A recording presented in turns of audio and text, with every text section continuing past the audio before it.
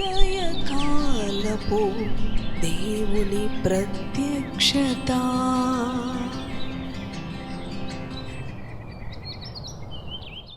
Praise the lord, హల్లెలూయా. ప్రభునందు ప్రియ దేవుని బిడలారా, ప్రభు యొక్క అత్యంత కృపను బట్టి మరి యొక్క ఉదయకాల దేవుని ప్రత్యక్షపు వాక్కులోనికి వచ్చి ఉన్నాం.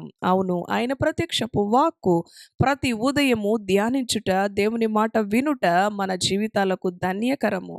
సంవత్సరపు ముగింపు మాసములో ఈ డిసెంబరు నెలలో అవును మనము జీవిస్తూ ఉన్నాము. ఆయన నూతన వాత్సల్యత అనుదినము మన పైన కలుగు చేస్తూ ఉన్న దేవాతి దేవుని స్తుతిస్తూ, ఈ దినము చూడని వారు, గత రాత్రి గతించిన వారు ఎందరో భూలోకములో ఉండి ఉండగా ఆయన సజీవులుగా మనలను లేపి ఉన్నాడు. ఆయన జీవముతో మనలను నింపి ఉన్నాడు. కనుక ప్రియ దేవుని బిడ్డ, ఈ మాట వింటున్న నీవు దేవుని దృష్టిలో విలువైన దానవు, విలువైన వాడవు. ఆయన మరి సొత్తుగా నిన్ను ఏర్పరచుకున్నాడు. ఏ పరిస్థితులను బట్టి చింతించొద్దు, భయపడొద్దు, కృంగిపోవద్దు.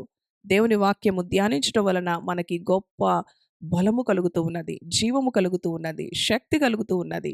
రండి, మన పరిశుద్ధ గ్రంథాలను తెరిచి యెషయా గ్రంథం 54వ అధ్యాయం 11వ వచనమును ధ్యానం చేసుకుందాము. ప్రయాసపడి గాలివాన చేత కొట్టబడి ఆదరణ లేక ఉన్నదానా, నేను నీలాంజనములతో నీ కట్టడమును కట్టుదును, నీలములతో నీ పునాదులను వేయుదును.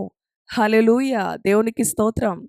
ప్రయాసపడి గాలివానల చేత కొట్టబడి ఆదరణ లేక ఉన్నదానా అని ప్రభు తన వాక్యము ద్వారా మనతో మాట్లాడుతూ ఉన్నాడు. ఏ అనుభవంలో ఆదరణ లేక, నెమ్మది లేక, కృంగిన అనుభవంలో ఉన్నావు? ఎన్నో ప్రయాసల చేత, ఎంతో కష్టము చేత, ఎంతో చెమట ఓర్చి, అవును, అయినప్పటికీ కూడా వారి జీవితాల్లో సుఖము లేక, నెమ్మది లేక, ఆదరణ లేక కొట్టుమిట్టాడుచున్న జీవితాలను విడిపించడానికి, ఆదరించడానికి రక్షకుడుగా ఆయన ఈ లోకానికి వచ్చి ఉన్నాడు. ఆయన వచ్చుట ద్వారా మనకి గొప్ప విడుదల.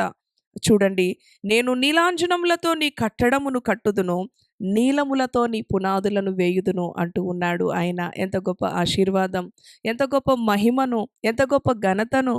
ఆదరణ లేక కొట్టబడి ఉన్న మన జీవితాలకు, బంధించబడి ఉన్న మన జీవితాలకు విడుదల ఇవ్వటానికి లోకరక్షకుడుగా ఈ లోకానికి ఆయన ఎత్తించి ఉన్నాడు. ప్రియ దేవుని బిడ్డ, ఆయన ఈ లోకానికి వచ్చుట ద్వారా మనకి విడుదల. బందీలుగా ఉన్న మన జీవితాలకు, అవును, అనేక సమస్యల చేత, అనేక తొందరల చేత, మరి అనేకమైన మరి కష్టతరమైన అనుభవాల చేత ఆదరణ లేక కొట్టుమిట్టాడుచున్న జీవితాలను విడిపించడానికి ఆయన ఈ లోకానికి వచ్చి ఉన్నవాడుగా ఉన్నాడు. మన జీవితాల్లో వెలుగును, సమాధానాన్ని, సంతోషాన్ని నింపడానికి నీలములతో నీ పునాదులను కట్టుదును అంటూ ఉన్నాడు. నీలాంజనములతో కోటగుమ్మలను ఆయన ఏర్పరుస్తానంటూ ఉన్నాడు. ప్రియా దేవుని బిడ్డ, ఈ ఉదయకాలం ఆయన ఇచ్చిన వాగ్దానము గొప్పది. పై వచనములో గనక మనము గమనిస్తే, పర్వతములు తొలగిన, మెట్టలు తత్తరిల్లిన, నా కృప నిన్ను విడిచిపోదు అని ఆయన చెప్తూ ఉన్నాడు. ఆయన కృప ద్వారానే ఈ రోజున మనము రక్షణను పొందుకొని ఉన్నాము. ప్రియ దేవుని బిడ్డలారా, ఏ మంచితనము లేని మన జీవితాలలో, ఏ యోగ్యత లేని మన జీవితాలలో మన రక్షకుడు వచ్చుట ద్వారా, ఈ లోకానికి ఆయన ఏతించుట ద్వారా మనకి విడుదల, మనకి పరిశుద్ధత, మనకి సమాధానము, మనకి ఆదరణ. ఆయన నా కృప నిన్ను విడిచిపోదు అని గొప్ప వాగ్దానం ఇస్తా ఉన్నాడు. ప్రయాసల చేత, గాలివానల చేత, అలల చేత కొట్టబడి ఆదరణ లేక ఉన్నదానా అంటూ ఉన్నాడు. ఈ మాటలు వింటున్న ప్రియ దేవుని బిడ్డ, ఏ అనుభవంలో ఆదరణ కోల్పోయి ఉన్నావు? నీ కుటుంబంలో మరి నీ అనేవారు నిన్ను విడిచి ఉన్నారా? అవును ప్రియ దేవుని బిడ్డ, ఎవరు విడిచినా, ఎవరు మర్చినా ఆయన నిన్ను విడువనని చెప్తూ ఉన్నాడు. ఎంతోమంది ఎన్నో విధాలుగా, సొంత బంధువులు, రక్త సంబంధులు, స్నేహితులు, ఆప్తులు, స్నేహితులు, అవును, నాతో ఉంటారు, నాతో కలిసి వారు కూడా పయనిస్తారు అని ఎన్నో విధాలుగా మనం అనుకుంటాం. కానీ ఒక కష్టతరమైన అనుభవం మనకి వచ్చినప్పుడు మనలను విడిచి వెళ్ళిపోయేవారుగా ఉంటారు. కానీ ప్రభువైన యేసుక్రీస్తు మన కష్టాలలో మనతో ఉండే దేవుడు, మన ఆప్తుడుగా ఉండే దేవుడు, మన తండ్రిగా ఉండే దేవుడు, మన రక్షకుడుగా ఉండే దేవుడు. ఆదరణ లేకుండా ఉన్న జీవితాలను ఆయన ఆదరించడానికి నీలములతో నీ పునాదులు వేస్తానంటూ ఉన్నాడు. నేను నీలాంజనములతో నీ కట్టడములు కడతానంటూ ఉన్నాడు. ఇలాంటి గొప్ప దేవాతి దేవుడు నీ జీవితంలో ఉండగా నీకు భయం అవసరం లేదు, దుఃఖం అవసరం లేదు, చింత అవసరం లేదు. ఆయన నిన్ను ఆదరించే దేవుడు, ఒకరి తల్లి వానిని ఆదరిస్తున్నట్లు నేను మిమ్మల్ని ఆదరిస్తాను. చంటి బిడ్డను తల్లి ఎలాగూ మరి తన కౌగిట చేర్చుకొని ఆదరిస్తదో, మరి అభయమిస్తుందో, అలాంటి అనుభవంలో యేసయ్య మనలను తన ఒడిలో, తన కౌగిలిలో భద్రపరిచి సంరక్షించే దేవుడు. ఆయన ఈ లోకానికి రక్షకుడిగా వచ్చుట ద్వారా మనకి ఆనందం, మనకి ఆదరణ, మనకి నెమ్మది, మనకి విడుదల, మనకి రక్షణ, నిత్య జీవము లభించాయి.